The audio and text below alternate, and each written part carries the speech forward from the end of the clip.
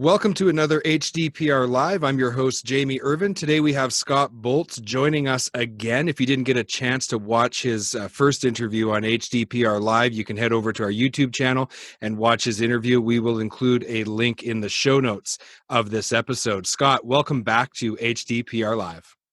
Jamie, it's good to see you again. Thank you for having me.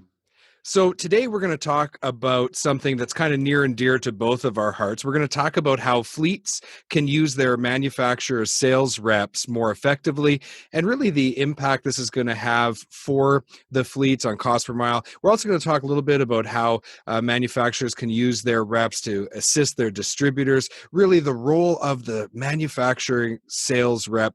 What's the benefits? What's the upside? What are maybe some things that could be done a little differently? I'm really looking forward to today's conversation. I'll start off by saying that when you pull up to a lot of fleets, there's often large signs on the gate or the building that say salesperson by appointment only. And really, on the one hand, it makes sense because if anybody has ever spent any time around shops, there's just a parade of salespeople from the distributors and the manufacturers continuously. But on the other side, maybe they are hurting themselves a little bit. What's the downside if they block the opportunity for manufacturing reps to come in and talk to them? No, exactly. And I fully agree with you. And I would like to augment that original statement because I think the distribution sales people and the manufacturer sales people are part of the same continuum. It's a spectrum. It's not a hierarchy. And so information flows in both directions. And for those distribution salespeople and also the manufacturer salespeople, if they're doing their job, and I understand the parade, for instance, but not all floats are created equal. If we could establish that first, right? Because you have your route sales guys that just like run around and say, "What do you need?" And that's not really sales. What sales has become in our industry has really been consultative, scientific advisorship that. When they're making their rounds, they're seeing everyone, right? And so if I'm at the fleet and I'm a buyer or I'm a maintenance manager or if I'm procurement or anything like that, I need to rely upon my salespeople because they see a lot of other things that I can't see. And so, one of the things that's amazing to me is that, in any industry, in any given segment, you don't really know what your competition is doing other than what you see produced through the end result. But the salespeople that are calling on these fleets see other fleets. They know what other people do well and they know what other people don't do well. And they learn through that process. And then over a given period of time, depending on how long you've been in the career, you amass decades of knowledge. And that knowledge, if you block it out, is your loss. So when I was a sales account manager for a distributor, you would have certain customers that required a lot of attention. You would go in and see them every week, sometimes more than once a week. Then you'd have other customers that they'd be happy to see you once a month. And you'd have others, ironically, you'd only go in and see them once a quarter and they've just bought lots from you. And it was all really dictated by the leadership group, whether it was the direct owner or the leaders of the company, and the way that they mandated how you interacted with their staff. And it was very difficult sometimes to get to the owner or the CEO of the company. You were expected to talk to the parts technician or maybe the head mechanic. So how does a sales rep, regardless of whether they work for a distributor or manufacturer, even if they have all that knowledge and they have that expertise, how do you get around that? You got to be creative, right? I have one of my reps that covers the southeastern United States. He taught me something very early on, and he's a brilliant guy. And he says, "Scott, no one likes a smart ass, but everyone will help a dumbass." So what he would do is he would walk in the back door of the garage and just look lost. And some technician would grab him by the wrist and take him up to the guy upstairs. And it's funny, but it speaks to the question that you're asking is you have to find ways, first of all, to demonstrate value.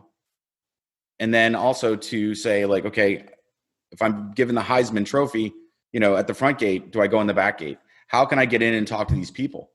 Now, that's assuming you don't already have relationships with them. The assumption should be that we already have relationships with everyone. And so if you understand their modes of being and their operational time schedules, then you know when the right time to come.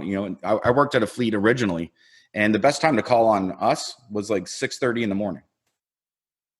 That's an odd time, but we started early and we ended early. Excuse me.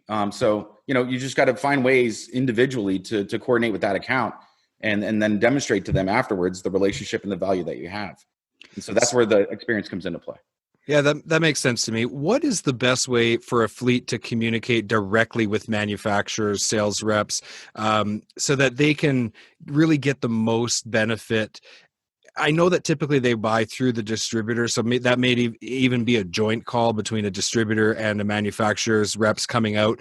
But like, if we put it onto the fleet, if you're a fleet owner right now and you want the absolute best out of your time spent with these salespeople, what can you do to ensure that this next call is going to be highly productive for you? Yes. So you and I both can agree that technology is changing rapidly, right? And because technology is changing rapidly, the fleets are the last typically to find out, depending on their needs or their pain points, what it is that they can actually leverage. And the best conduit between the manufacturer of a product and the fleet itself is the sales team. A good salesperson, in my estimation, is an advocate for the end user, right? So if they position themselves that way and they say, listen, I'm an advocate for them. They have issues. I'm going to come to the manufacturers and look for problems, or not problems, but solutions. So no one in the stream of the organization of manufacturing, distribution, and at the fleet level is more in tune to the entire spectrum than the salesperson. They're your conduit. And if you don't leverage them and you don't use them to help you solve your problems, then you're actually doing yourself a disservice. I'm going to bring up reducing costs, lowering costs per mile, maximizing uptime. It's the part of the conversation where we talk about that. Yeah. But as you were describing that to me, what a fleet can do to ensure that they get the most out of their salespeople and using them as advocates. And if the salesperson is good, they're going to be that advocate. One of the things that I ran into is sometimes they didn't know the information necessary to really be able to figure out, for example, how to lower cost per mile. I would ask people all the time, are you experiencing any problems? And a lot of times, no, we're good. But then like 2 days later, someone's yelling at one of our parts people because, a part broke down and the truck was on the side of the road and they lost a job or something, right? So there was a disconnect between at the time when the salesperson was there and the reality of what was going on in the fleet. So let's talk about that a little bit. Yeah. Well, two things. I always like to bring in the literature component, but The Death of Socrates is a book you should read if you haven't. And the reason why he was essentially murdered is because he came to the realization that he knew what he didn't know, and he was supposed to be the wisest man in the world.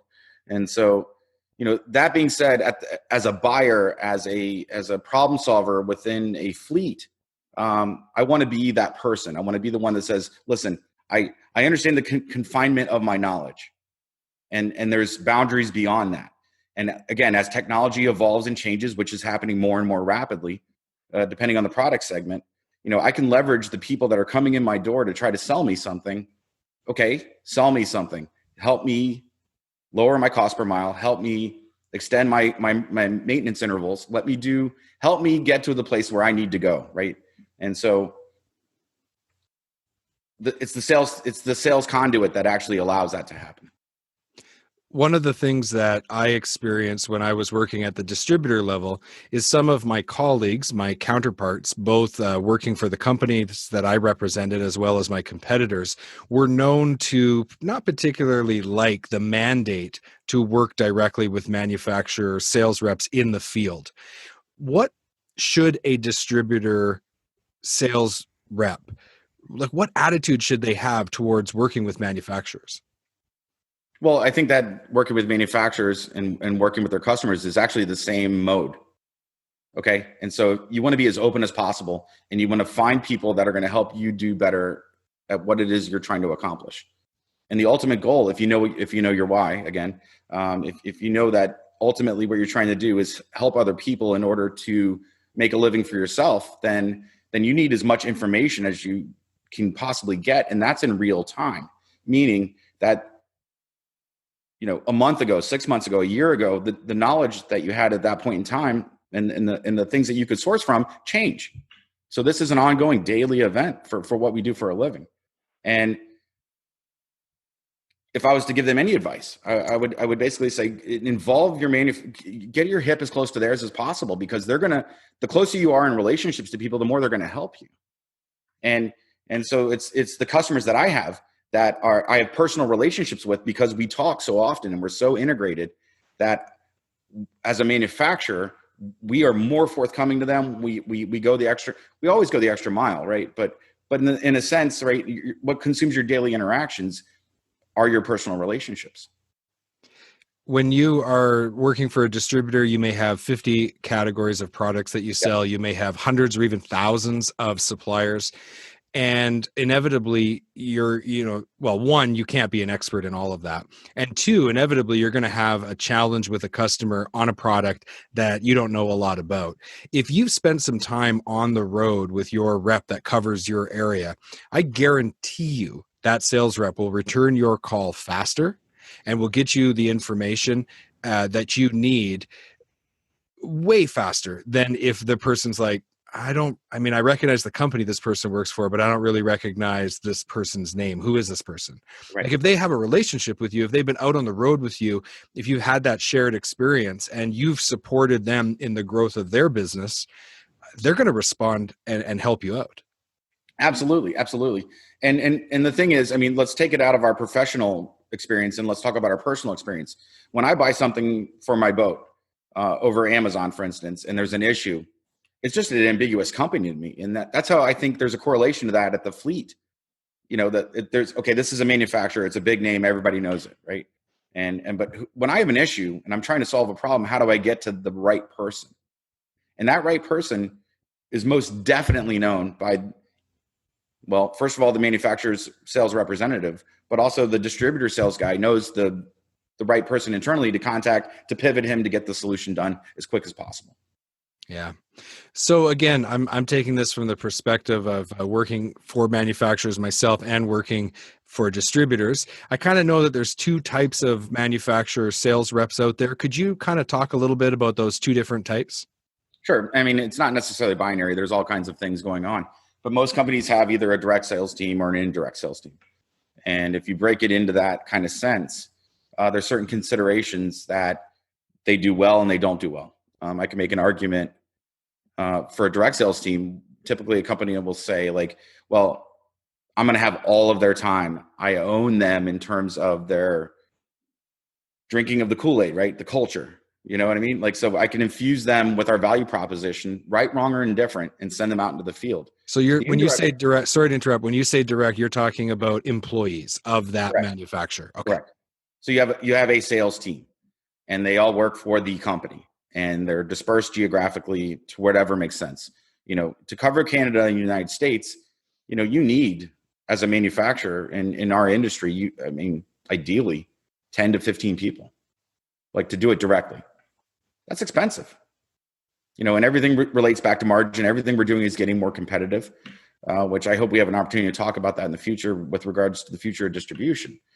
But in the case that we're in right now, there is a body of sales representatives, and there's multiple different ones in every geography that compete against each other with different manufacturers that have decades of experience, and some of them are second generation. I've been in calls with sales reps, and they're like, I bought stuff from your daddy, that kind of stuff, right?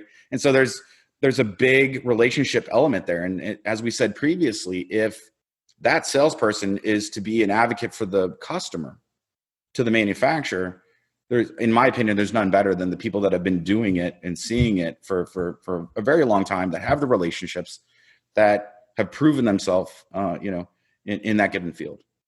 And an independent sales rep, what company structure do they work under? How do they work for the manufacturer? So an independent manufacturer's representative is usually a small company covering a smaller geography, and that could be one state, that could be 6 states, but it's generally compartmentalized, or provinces.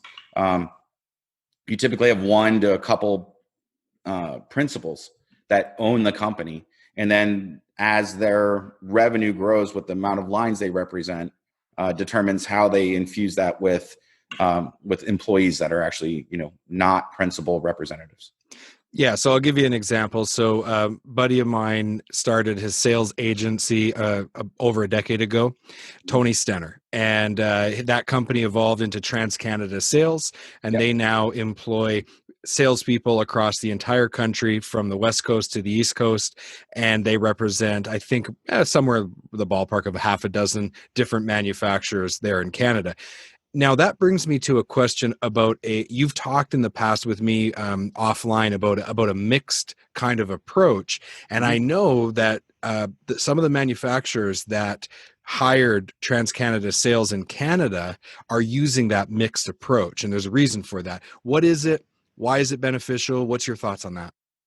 Well, like I said earlier, you have essentially the value proposition that you can completely infuse into your direct sales team. And then you have the relationships and the experience and the monthly coverage of an indirect sales team. And when you infuse those, they work well together. But it has to be and I'm going to use air quotes, management of direct to indirect. Excuse me.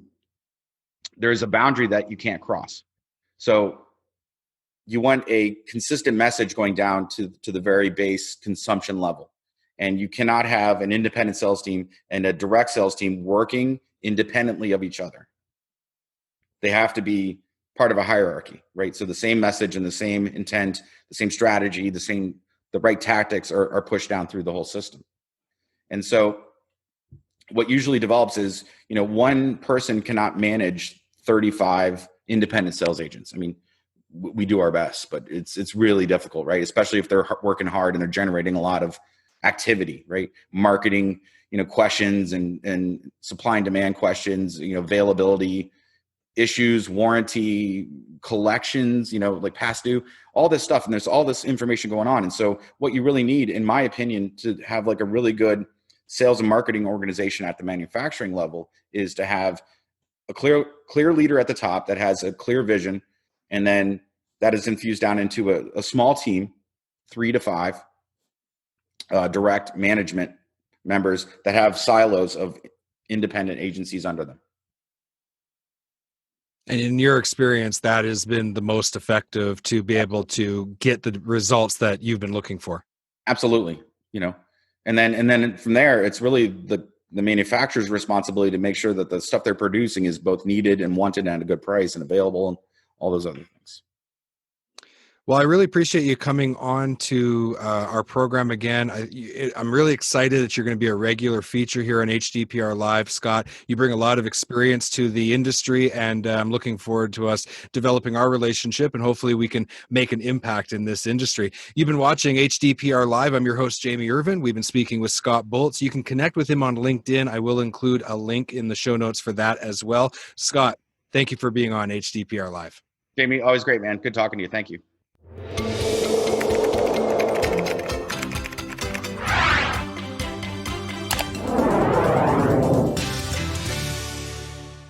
You can watch our next video. Make sure to click the like button, write a comment, and don't forget to subscribe.